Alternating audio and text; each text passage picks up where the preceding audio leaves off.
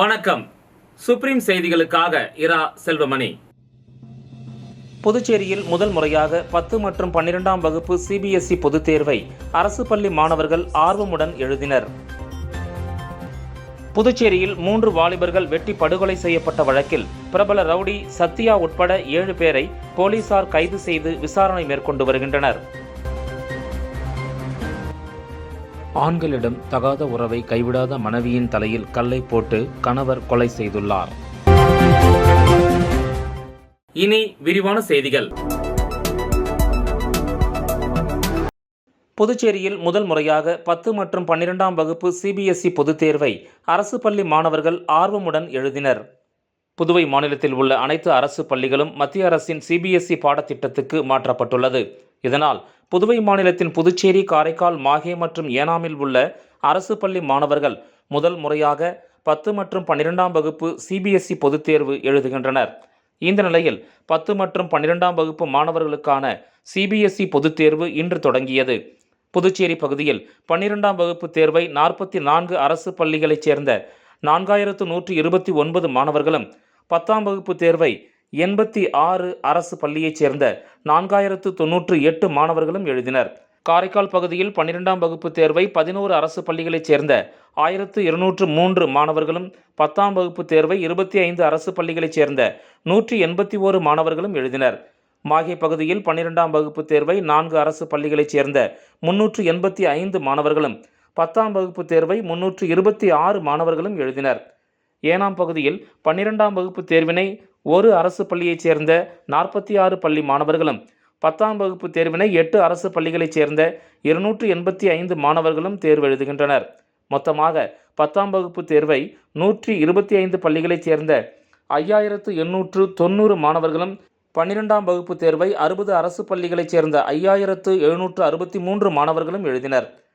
இதற்காக புதுச்சேரியில் 21, காரைக்காலில் 10, மாஹில் 3, ஏனாமில் 2 தேர்வு மையங்கள் என மொத்தமாக 36 தேர்வு மையங்களில் மாணவர்கள் தேர்வு எழுதினர். ஒவ்வொரு தேர்வு மையத்துக்கும் பாதுகாப்பு ஏற்பாடு மற்றும் தேர்வின் போது தடையின்றி மின்சார சேவை ஆகியன ஏற்பாடு செய்யப்பட்டன. தேர்வர்கள் எவரும் அலைபேசி மற்றும் எந்தவொரு தகவல் தொடர்பு சாதனங்களையும் எடுத்து வர தடை செய்யப்பட்டது. ஹால் டிக்கெட் எடுத்து வராத மாணவர்கள் தேர்வு எழுத அனுமதிக்கப்படவில்லை. இதனால் அந்த மாணவர்களின் பெற்றோர் வீட்டிற்கு சென்று ஹால் டிக்கெட் எடுத்து வந்த பிறகே அனுமதிக்கப்பட்டனர். மாணவர்களிடம் எலக்ட்ரானிக் கருவிகள் ஏதும் உள்ளதா என சோதனையும் நடைபெற்றது. புதுச்சேரியில் 3 வாலிபர்கள் வெட்டி படுகொலை செய்யப்பட்ட வழக்கில் பிரபல ரவுடி சத்யா உட்பட 7 பேரை போலீசார் கைது செய்து விசாரணை மேற்கொண்டு வருகின்றனர். புதுச்சேரி ரெயின்போ நகர் 7வது குறுக்கு தெருவில் உள்ள பாழடைந்த வீட்டில் பிரபல தாதா தெஸ்தான் மகன் ரிஷி, திடீர் நகரைச் சேர்ந்த தேவா, ஜே நகரைச் சேர்ந்த ஆதி ஆகிய 3 இளைஞர்கள் மர்ம நபர்களால் வெட்டி படுகொலை செய்யப்பட்டனர். இது தொடர்பாக பெரிய கடை போலீசார் வழக்கு பதிவு செய்து தனிப்படை அமைத்து விசாரணை மேற்கொண்டனர். விசாரணையில் டிவி நகரைச் சேர்ந்த பிரபல ரவுடி சத்யா கொலை செய்தது தெரிய வந்தது. விசாரணையில் முன்பகை காரணமாக 3 பேரையும் கடத்தி பாழடைந்த கட்டிடத்தில் அடைத்து வைத்து துன்புறுத்தி கொன்றதாக ரவுடி சத்யா அதிர்ச்சி வாக்குமூலம் அளித்துள்ளார். மேலும் இந்த வழக்கில் வேறு யாருக்கேனும் தொடர்பு உள்ளதா என போலீசார் தீவிர விசாரணை மேற்கொண்டு வருகின்றனர்.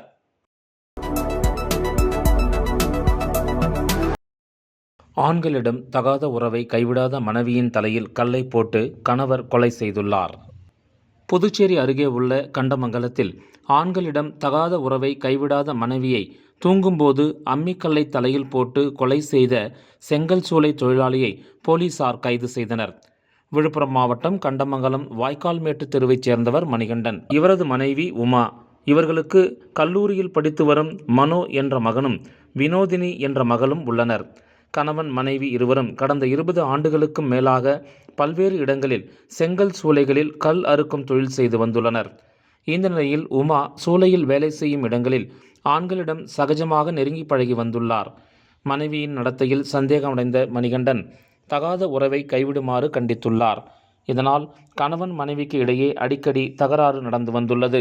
சமீப காலமாக கணவன் மனைவி இருவரும் விக்கிரவாண்டி அருகே உள்ள துறவி கிராமத்தில் சூளையில் வேலை செய்து வந்துள்ளனர். நேற்று முன்தினம் 14ஆம் தேதி காலை வழக்கம் போல இருவரும் துறவிக்கு வேலைக்கு சென்று மாலை வீடு திரும்பி உள்ளனர். இரவு 8:30 மணிக்கு கணவன் மனைவிக்கு இடையே மீண்டும் தகராறு ஏற்பட்டுள்ளது. அப்போது மணிகண்டன் மனைவி உமா ஆண்களிடம் வைத்துள்ள தகாத உறவு குறித்து தரக்குறைவாக பேசி மனைவியை அடித்து உதைத்து கொலை மிரட்டல் விடுத்துள்ளார். அக்கம்பக்கம் உள்ளவர்கள் கணவன் மனைவி இருவரையும் சமாதானம் செய்துள்ளனர். இந்த நிலையில் இரவு 10 மணிக்கு உமா மற்றும் மகன் மகள் ஆகிய மூவரும் சாப்பிட்டு முடித்து தூங்கியுள்ளனர். மனைவியின் நடத்தையால் ஏற்பட்ட மன உளைச்சலை அடுத்து தூங்காமல் கண் விழித்திருந்த மணிகண்டன் இரவு 11 மணிக்கு வீட்டில் தூங்கிக் கொண்டிருந்த மனைவியின் தலையில் அம்மிக்கல்லால் தாக்கியுள்ளார். இதில் மண்டை உடைந்த உமா படுக்கையிலேயே இரத்த வெள்ளத்தில் பரிதாபமாக இறந்தார். இந்த நிலையில் இரவு 11:30 மணிக்கு மணிகண்டன் கண்டமங்கலம் காவல் நிலையத்தில் சரணடைந்து மனைவியை அம்மிக்கல்லை போட்டு கொலை செய்துவிட்டேன் என தெரிவித்துள்ளார். உடனே inspector Suresh Babu, sub inspector Vijayakumar மற்றும் போலீசார் சம்பவ இடத்திற்கு நேரில் சென்று உமாவின் உடலை மீட்டு முண்டியம்பாக்கம் அரசு மருத்துவக் கல்லூரி மருத்துவமனைக்கு அனுப்பி வைத்து வழக்கு பதிவு செய்து விசாரணை மேற்கொண்டு வருகின்றனர். விக்கிரவாண்டி டிஎஸ்பி நந்தகுமார் சம்பவ இடத்திற்கு நேரில் சென்று விசாரணை மேற்கொண்டார். நடத்தையில் ஏற்பட்ட சந்தேகத்தால் மனைவியின் தலையில் அம்மிக்கல்லை போட்டு கொலை செய்த சம்பவம் கண்டமங்கலம் பகுதியில் பரபரப்பை ஏற்படுத்தியுள்ளது. காதலர் தினத்தை முன்னிட்டு கடற்கரையில் இரத்த தான முகாமை முனைவர் சுந்தரமுருகன் தொடங்கி வைத்து இரத்த தான விழிப்புணர்வு உரை நிகழ்த்தினார். பொதுமக்களிடையே இரத்த தானம் குறித்த விழிப்புணர்வை ஏற்படுத்தும் வகையிலும் புதுச்சேரி அரசு மருத்துவக் கல்லூரியின் இரத்த வங்கிக்கு இரத்தத்தை சேமித்து வைக்கும் வகையிலும் காதலர் தினத்தை முன்னிட்டு புதுச்சேரி அரசு இந்திரா காந்தி மருத்துவக் கல்லூரி இரத்த வங்கியுடன் இணைந்து உயிர்த்துளி ஃபவுண்டேஷன் மற்றும் சரக்கு கடை யூடியூப் சேனல் சார்பாக புதுச்சேரி கடற்கரை சாலையில் இரத்த தான முகாம் நடைபெற்றது. இந்த முகாமில் 50க்கும் மேற்பட்ட தன்னார்வலர்கள் இரத்த தானம் செய்தனர்.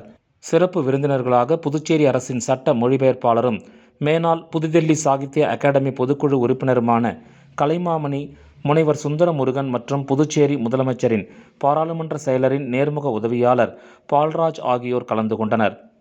திரு சுந்தரமூர்த்தி அவர்கள் இரத்த தானம் செய்த தன்னார்வலர்களை பாராட்டியும் தொடர்ந்து அவர்கள் இரத்த தானம் செய்வதை ஊக்குவித்தும் முகாமில் உரையாற்றினார். இவ்விழாவிற்கான ஏற்பாடுகளை உயிர்த்துளி ஃபவுண்டேஷன் மற்றும் சரக்கு கடை யூடியூப் சேனல் தன்னார்வலர்கள் செய்திருந்தனர். இரத்த தானம் குறித்து அறிந்து கொள்வதற்காக திரளான தன்னார்வலர்கள் இரத்த தான முகாமில் கலந்து கொண்டனர். புதுச்சேரி அரசின் இந்திரா காந்தி அரசு மருத்துவக் கல்லூரியின் மருத்துவர்களும் பணியாளர்களும் கலந்து கொண்டு இரத்த தானத்துக்கான முகாம் வெற்றியடைய தங்கள் பணியினை மேற்கொண்டனர். காதலர் தினத்தை முன்னிட்டு தொடர்ந்து 3வது ஆண்டாக உயிர்த்துளி இரத்த தான ஃபவுண்டேஷன் அமைப்பும் பிற தன்னார்வ அமைப்புகளும் இணைந்து இத்தகைய இரத்த தான முகாம்களை நடத்தி வருவது குறிப்பிடத்தக்கது.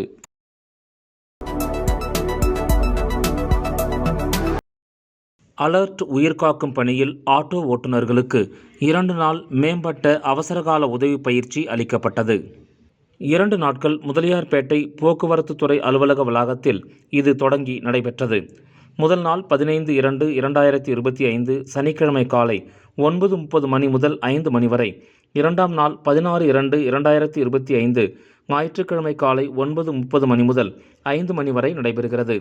இந்த முகாமை போக்குவரத்து முதுநிலை காவல் கண்காணிப்பாளர் பிரவீன்குமார் திரிபாதி துவக்கி வைத்து பேசினார். மேலும் ஏஐடியூசி மாநில பொதுச் செயலாளர் சேது செல்வம், ரோட்டரி கிளப் மாவட்ட கவர்னர் வைத்தியநாதன், அலர்ட் நிர்வாகிகள் மணநாதன், ஜனமாறன் உள்ளிட்டவர்கள் கலந்து கொண்டனர். விளம்பர இடைவேளைக்கு பிறகு செய்திகள் தொடரும். தேங்க்யூ. பாருப்பா, பத்மா கை நிறைய புதுசா வளையல் போட்டிருக்கா. அத நீங்க எப்ப பாத்தீங்க? கோயிலுக்கு போனப்ப பார்த்தேன். அப்போ கோவிலுக்கு போனது சாமியை கும்பிட இல்ல. ஏன்பா, ஏன் முன்னாடி வந்து நின்னு சாமி கும்பிட்டா நான் பார்க்க மாட்டேனா? எனக்கும் வேணும் புது வளையல். இப்ப தங்கத்தோட விலை என்னன்னு தெரியுமா? பாரு, ஜோஸ் ஆலுகாஸ்ல இப்போ ஒரு புது ஆஃபர் இருக்கு. தங்க நகைகளின் சேதாரத்தில் பிளாட் 50% தள்ளுபடி. புரிஞ்சுதா? குட். அப்படின்னா ஜோஸ் ஆலுகாஸ் போலாமா? செய்திகள் தொடர்கின்றன. புதுச்சேரியில் தனியார் பள்ளி ஒன்றில் 6 வயது சிறுமியிடம் பாலியல் சீண்டலில் ஈடுபட்ட ஆசிரியரை கைது செய்ய வலியுறுத்தி சிறுமியின் உறவினர்கள் சுமார் 6 மணி நேரத்திற்கு மேலாக புதுச்சேரி கடலூர் சாலையில் மறியலில் ஈடுபட்டதால் போக்குவரத்து கடுமையாக பாதிக்கப்பட்டது. புதுச்சேரி மணவெளி தொகுதிக்கு உட்பட்ட தவளக்குப்பம் தானாம்பாளையம் பகுதியில் பாஜக பிரமுகர் ராமு என்பவருக்கு சொந்தமான தனியார் பள்ளி செயின்ட் ஜோசப் மேல்நிலைப்பள்ளி செயல்பட்டு வருகிறது. இப்பள்ளியில் அறிவியல் ஆசிரியராக பணிபுரிந்து வரும் நோனாங்குப்பத்தைச் சேர்ந்த மணிகண்டன் அதே பள்ளியில் 1ஆம் வகுப்பு படிக்கும் 6 வயது சிறுமியிடம் கடந்த 4 மாதங்களாக பாலியல் சீண்டலில் ஈடுபட்டதாக கூறப்படுகிறது. இதனிடையே நேற்று முன்தினம் அந்த சிறுமிக்கு திடீரென உடல்நிலை சரியில்லாமல் வீட்டில் இருந்துள்ளார். இதனை கண்ட அவரது பெற்றோர்கள் அவரை மருத்துவமனைக்கு அழைத்துச் சென்று பரிசோதித்த போது சிறுமி பாலியல் சீண்டலுக்கு ஆளாகி இருப்பது தெரிய வந்தது. தொடர்ந்து பெற்றோர் சிறுமியிடம் விசாரித்த போது தன்னிடம் ஆசிரியர் ஒருவர் தகாத முறையில் நடந்து கொண்டதாக தெரிவித்துள்ளார். இதனால் ஆத்திரமடைந்த சிறுமியின் பெற்றோர் மற்றும் உறவினர்கள் சம்பந்தப்பட்ட பள்ளியை முற்றுகையிட்டு போராட்டத்தில் ஈடுபட்டு பள்ளியை சூறையாடி ஆசிரியர் மணிகண்டன் மற்றும் பள்ளியின் நிறுவனர் ராமு மீது உடனடியாக வழக்கு பதிவு செய்து கைது செய்ய கோரி புதுச்சேரி கடலூர் சாலையில் மறியலில் ஈடுபட்டனர். இதனால் புதுச்சேரி கடலூர் சாலையில் சுமார் 6 மணி நேரத்திற்கும் மேலாக போக்குவரத்து கடுமையாக பாதிக்கப்பட்டது. இதனிடையே சம்பந்தப்பட்ட ஆசிரியர் மணிகண்டனை விசாரணைக்காக பள்ளியில் இருந்து போலீசார் காவல் நிலையம் அழைத்துச் செல்ல முயன்றபோது ஆசிரியரை பொதுமக்களும் உறவினர்களும் தாக்கியதால் பரபரப்பு ஏற்பட்டது. இந்த நிலையில் சம்பவ இடத்திற்கு வந்த தொகுதியின் சட்டமன்ற உறுப்பினரும் சபாநாயகருமான செல்வத்திடம் கடும் வாக்குவாதத்தில் ஈடுபட்டதால் அவர் அங்கிருந்து சென்றார். இதனிடையே சம்பவ இடத்திற்கு விரைந்து வந்த அதிமுக மாநில செயலாளர் அன்பழகன், மாநில துணை செயலாளர் குமுதன், பாமக மாநில அமைப்பாளர் கணபதி உட்பட அரசியல் கட்சியினர் பாதிக்கப்பட்டவர்களுக்கு ஆதரவாக சாலையில் அமர்ந்து போராட்டத்தில் ஈடுபட்டனர். இதனிடையே ஆட்சியர் குலோத்துங்கன், டிஐஜி சத்தியசுந்தரம் உள்ளிட்டோர் நேரில் சென்று பேச்சுவார்த்தை நடத்தினர். அப்போது ஆசிரியர் மீது போக்சோ வழக்கு பதிவு செய்யப்பட்டு பள்ளிக்கு சீல் வைக்கப்படும் என்றும் பள்ளி நிர்வாகத்தின் மீதும் வழக்கு பதிவு செய்யப்படும் என மாவட்ட ஆட்சியர் குலோத்துங்கன் போராட்டக்காரர்களிடம் உறுதி அளித்ததை தொடர்ந்து போராட்டம் கைவிடப்பட்டது.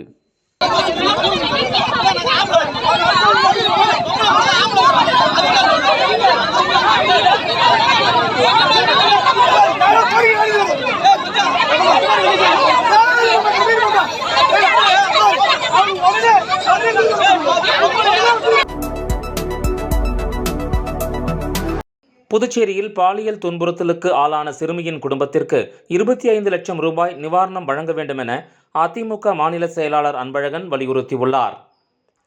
புதுச்சேரி அதிமுக தலைமை அலுவலகத்தில் செய்தியாளர்களை சந்தித்த மாநில செயலாளர் அன்பழகன், புதுச்சேரி தானாம்பாளையம் தனியார் பள்ளி ஆசிரியரால் பாலியல் துன்புறுத்தலுக்கு ஆளான பாதிக்கப்பட்ட சிறுமியின் குடும்பத்திற்கு 25 லட்சம் ரூபாய் நிவாரணம் வழங்க வேண்டும் என்றும், உரிய நடவடிக்கை எடுக்காத தவளக்குப்பம் காவல் நிலைய ஆய்வாளர், உதவி ஆய்வாளர் உட்பட அனைத்து காவலர்களையும் கூண்டோடு இடமாற்றம் செய்ய வேண்டும் என்றார். பள்ளியின் தாளாளர் சபாநாயகர் செல்வத்திற்கு நெருக்கமானவரும் பாஜகவை சேர்ந்தவர் என்பதால் போலீசார் நடவடிக்கை எடுக்கவில்லை என குற்றஞ்சாட்டிய அன்பழகன், பாதிக்கப்பட்ட மக்களை சந்திக்க சொகுசு காரில் வலம் வரும் உள்துறை அமைச்சர் உட்பட ஏனைய அமைச்சர்கள் வராதது ஏன் என்று கேள்வி எழுப்பினார். இந்த விவகாரத்தில் மீனவ பஞ்சாயத்து எடுக்கும் முடிவிற்கு அதிமுக என்றும் துணை நிற்கும் என அவர் கூறினார். புதுச்சேரி மாநிலத்தில் சட்டம் ஒழுங்கு முழுமையாக சீர்குலைந்துள்ளது என்றும், குற்றவாளிகள் ரவுடிகளுடன் குற்றப்பிரிவு போலீசார் தொடர்பில் இருப்பதால் சட்டம் ஒழுங்கு சீர்குலைவு ஏற்படுவதாக அன்பழகன் தெரிவித்தார். புதுச்சேரியில் தனியார் பள்ளி ஆசிரியரால் பாலியல் சீண்டலுக்கு உள்ளான சிறுமிக்கு நியாயம் கேட்டு இன்று மீனவர்கள் மீன்பிடிக்க செல்லாமல் தங்களது எதிர்ப்பினை பதிவு செய்துள்ளனர். புதுச்சேரி மணவெளி தொகுதிக்கு உட்பட்ட தானாம்பாளையத்தில் செயல்பட்டு வந்த தனியார் பள்ளியில் 1ஆம் வகுப்பு பயிலும் 6 வயது சிறுமி அதே பள்ளியில் பணியாற்றி வந்த ஆசிரியர் மணிகண்டனால் பாலியல் சீண்டலுக்கு ஆளாக்கப்பட்டார். சிறுமியிடம் பாலியல் சீண்டலில் ஈடுபட்ட ஆசிரியர் மணிகண்டன் மற்றும் பள்ளி நிர்வாகத்தின் மீது நடவடிக்கை எடுக்க கோரி சிறுமியின் உறவினர்கள் மற்றும் பொதுமக்கள் சம்பந்தப்பட்ட பள்ளியை சூறையாடி நேற்று மாலை முதல் நள்ளிரவு வரை சுமார் 6 மணி நேரத்திற்கு மேலாக புதுச்சேரி கடலூர் சாலையில் மறியலில் ஈடுபட்டனர். இதனைத் தொடர்ந்து மாவட்ட ஆட்சியர் குலோத்துங்கன் உத்தரவின் பேரில் சம்பந்தப்பட்ட ஆசிரியர் மீது போக்சோ வழக்கு பதிவு செய்த போலீசார் சம்பந்தப்பட்ட பள்ளிக்கும் சீல் வைத்து தொடர் விசாரணையில் ஈடுபட்டு வருகின்றனர். இந்த நிலையில் பாதிக்கப்பட்ட சிறுமிக்கு நியாயம் கேட்டும், ஆசிரியர் மற்றும் பள்ளி நிர்வாகத்தை கண்டித்தும் நல்லவாடு, மூர்த்திக்குப்பம், புதுக்குப்பம் உள்ளிட்ட மீனவ கிராமத்தைச் சேர்ந்த மீனவர்கள் இன்று மீன்பிடிக்க செல்லாமல் தங்களது எதிர்ப்பினை தெரிவித்துள்ளனர். மேலும் பாதிக்கப்பட்ட சிறுமிக்கு உரிய நீதி கிடைக்காவிட்டால் மாநிலம் முழுவதும் மீனவர்களை திரட்டி மிகப்பெரிய அளவில் போராட்டம் நடத்தப்படும் என மீனவர்கள் எச்சரித்துள்ளனர். மீண்டும் முதன்மை செய்திகள். புதுச்சேரியில் முதல் முறையாக 10 மற்றும் 12ஆம் வகுப்பு CBSE பொதுத் தேர்வை அரசு பள்ளி மாணவர்கள் ஆர்வமுடன் எழுதினர். புதுச்சேரியில் 3 வாலிபர்கள் வெட்டி படுகொலை செய்யப்பட்ட வழக்கில் பிரபல ரவுடி சத்யா உட்பட 7 பேரை போலீசார் கைது செய்து விசாரணை மேற்கொண்டு வருகின்றனர். ஆண்களிடம் தகாத உறவை கைவிடாத மனைவியின் தலையில் கல்லை போட்டு கணவர் கொலை செய்துள்ளார். இந்த செய்தி அறிக்கை இத்துடன் நிறைவு பெறுகிறது. வணக்கம்.